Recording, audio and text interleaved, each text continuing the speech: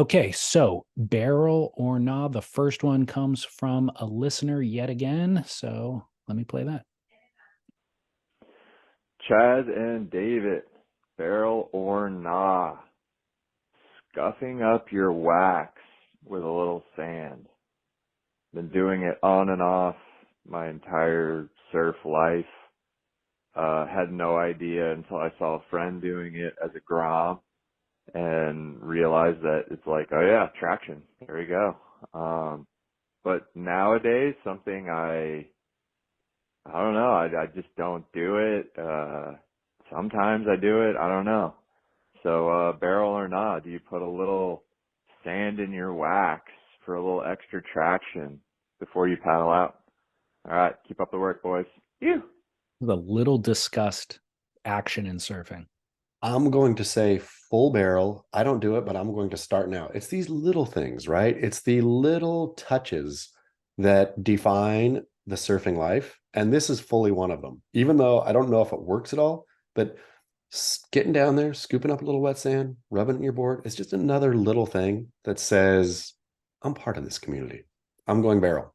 It absolutely works. It's absolutely barrel. I have done this my entire surfing life. Nobody's ever discussed it.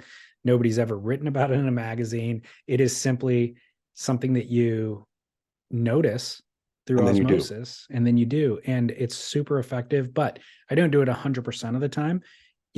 If you wax your board, then you're good to go. If you comb the wax, you're good to go. But occasionally I'll find myself getting into the water and realizing I don't have that fresh layer of traction.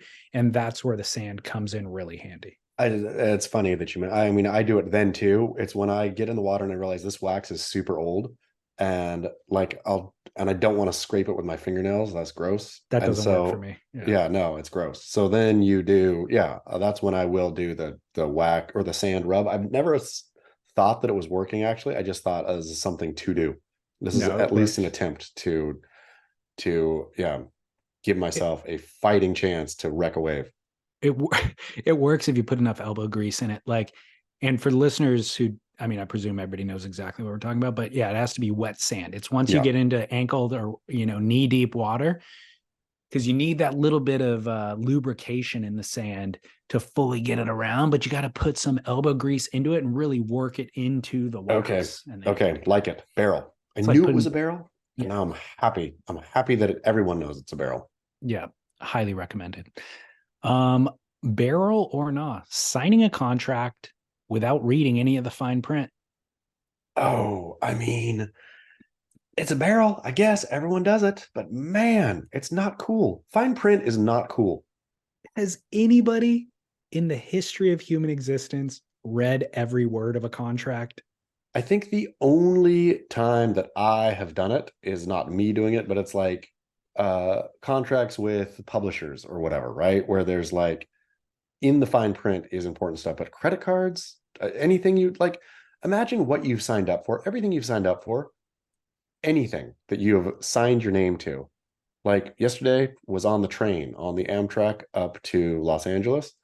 Uh, I guarantee that when I purchased that ticket, there was so much fine print about stuff in there that, of course, I'm not going to read that. I'm going to say reading the fine print is a waste of time.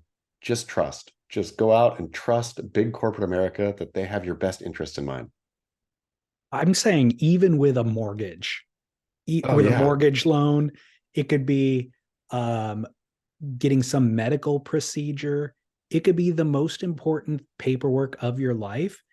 Nobody reads it. And in fact, you trust the person who printed it out to tell you. There will be this giant portion of text. They'll be like, oh, this basically says that you're allowing us to do the procedure. Like, all Yeah. right, sign it. What's the next one say? And then they tell you a short version of that. You're like, all right. And you just sign it. Nobody reads anything. I bet lawyers don't even read this stuff. It's true. But I'm going to say it's barrel. I'm going to say let's continue to believe that big pharma, that big hospital, that big oil, all of them, really at the end of the day, they care about people. They have my best interest at heart. Now, Always. here's the reason why I'm saying that it is barrel to not read it is because if I had read every contract that You was wouldn't put sign in front of anything. me, I wouldn't even be here to record the podcast. I'd still be reading. You I know what I mean, mean? that's the Like truth. from my cell phone bill that comes through every month, all of it has a 20-page contract attached to it. I would be reading 18 hours a day. Not only would you be wasting your time, you would get to that line that would be actually scary in there that says, "We also own your son," and you would not sign. And so then you wouldn't I wouldn't have have a any of the cell phone. services. You wouldn't Yeah. do any, you wouldn't be able to do anything. You would have to live. And I thank you so much for his name, Chris Garcia, who's building homesteads. Oh, Eddie Garcia. Eddie Garcia, you'd have to be on one of those homesteads fully off the grid, except I bet if you buy that homestead, there's fine print in there too. They're gifted to you, in fact. No charge. Definitely, though, if you're getting gifted something, you're getting gifted a lot of fine print there. For sure. Yeah. There is probably a contract involved there. And the crazy thing is, the more complicated they make it, the less likely I am to read it. Yeah, of course not. I mean, and you like, yeah, we should have a big fine print thing.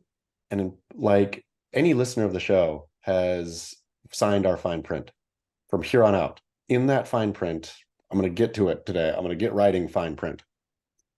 Funny thing is, they make certain parts of the contract in regular size print. Yeah. And then the most important, or like I don't know, legally binding details Is are tiny, made tiny size. smaller. Yeah. Yeah. Like, what's that? You trying to save paper? Yeah. Like, what is that about? That now feels very, very nefarious. But you got to go along, get along, man. You've so. got to live. Yeah. All right. Final barrel or nah comes from a listener. He says, barrel or nah, driving a vehicle that makes you look like a cop.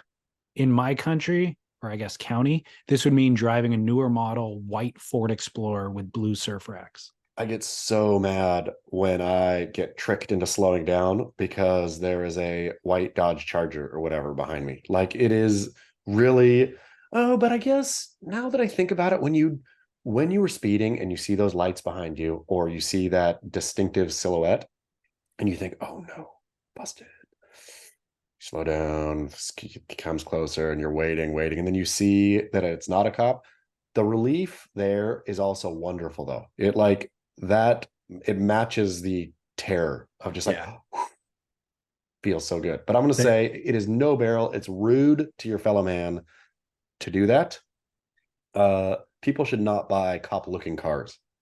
Well, I feel like there was a period of time, like the Cutlass Classic or whatever it was of our childhood was mainly just for police officers. You know, it was almost like Chevy made a vehicle for the police. I think it was called the Police Enforcer, in fact. I mean, and they had a similar body style. I feel they produced a car that was similar, but the only way you would see a citizen driving a cop car was if they had bought that cop car at an auction or whatever, right? There was always the kid in town who had the cop car still with the light on the spotlight coming out of the, all like just a decommissioned cop car, which was rude too. But that kid was typically, in my experience, was such like a Hessian that his cop car was so Hessianed out that even from miles away, that's not a cop. That's the kid who bought a cop car. That kid, I'd like to know where that kid is today, by the way. Yeah, the kid who bought a cop car. There's not one of them that is like a orthopedic surgeon. No, if dear callers, for sure one of you have bought a decommissioned cop car. Please call in and tell us what your job is. Tell us your income, how you're doing in life. I do want the job. I mean, the job works in a record store, but I also want the criminal record. Yeah. How many times have you been arrested and what were the offenses? Please, dear caller. Yeah. Animal abuse in the back of said cop car. But then there was a point where obviously they started using the Dodge Charger. They've used, like the listener said, the Ford Explorer. And then there's the unmarked Ford Explorer. So it is painted black. Like it doesn't have the white and black two-tone. It's just black. There's no sirens on the top. But as it gets closer, you see through the windshield, there is a siren on the dashboard. And there's a cage in the back and all. And you're like, what the hell, dude? You can't be doing this to me. Rude. And the fact that I feel that municipalities too, different cop districts, they used to exactly buy their one cop car that was uniform at least in that one district. I feel that it was uniform everywhere, but it was at least in that large city or whatever. There was one. No, it's a mixed bag, man. You can have like a weird Mustang as a cop Yeah. car. You can have like all Chevy kinds of Impala. Chevy, all kinds of different stuff. You can never really see a cop coming. What I'm glad about, I suppose, in Southern California at least, no very rarely, like down, if I know exactly where in the North County region I'm not supposed to speed because a sheriff will post up there giving speeding tickets, but Yeah. very rarely will the sheriffs or local cops give speeding tickets. The only real ones you got to worry about, I feel, are the CHP, California Highway Patrol, whose whole job is speeding tickets. I can't believe that stinking Chips, the show Chips, back in the day, made the California Highway Patrol seem cool. They're like riding motorcycles and being cool and Busting drug rings. busting drug rings. Come to find out, stinking CHP only exist to give tickets. They are like the meter maids of law enforcement. That's all they do. They're not busting anyone. They are busting speeders. They are rude speed busters. Nasty, nasty. And we thought they were cool, or at least I did. Yeah. Shame on Yeah. Hollywood. We really got bait and Hoodwinked. switched from our Hoodwinked. Well, this question was directed at the person who drives the vehicle that the police use. So we can't exactly level all of our blame at the police department who just wants a vehicle that works for their needs. Really, we need to point at the soccer mom who's buying the Ford Explorer, knowing that the police department is also driving that vehicle. Exactly. If you're car shopping, it's not like there's one car, and it's not like the police car is a cool one, right? Like if you really want that Ford, whatever it is, like the the Chevy, what is the big one I see these days? Whatever. If you want Suburban, that, if you like for the cop Yukon. one though, like the whatever it is, if you know, everybody knows that cop car. If you're shopping for a car, just don't get that car, man. There's another version or option Totally. of that car that's as good or better than the one you got your eye on. It's not like that's the car, man. And like sometimes when the cops try to get the cool car, it's always so annoying too. When they get like the new model, I mean, I think they were for a while rocking like the new model Charger. Yeah, Uh, they do. For sure they yeah, do. which is like, and I could see like a musclehead car guy like being that Dodge Charger is sick though, but sorry, it's not sick anymore. Cops drive it. Exactly. Yeah, you have to, even if you own that car and then the cops next year decide that's their car, You got to you sell got it. to sell it immediately. It's hard, and you're probably going to take a loss, but you just got to do it. It's part of being in a society. This is Yeah, what you do for your fellow man. exactly. No question about it. Yep. So, all right. Well, glad we solved another of the world's problems today. Man, just think if we did this show daily, I bet we could tick through the entire world's problems in a couple years. I think we could get through everything. Yeah, I think so too. We should prioritize the Middle East conflict Yeah, that should be next. over cop cars. That deserves a little more of our attention, probably. It's true. I It's haven't true. studied up on it, so who Yeah, am I to it's true. say? Yeah, Next week. yeah. I'm no Middle East expert, but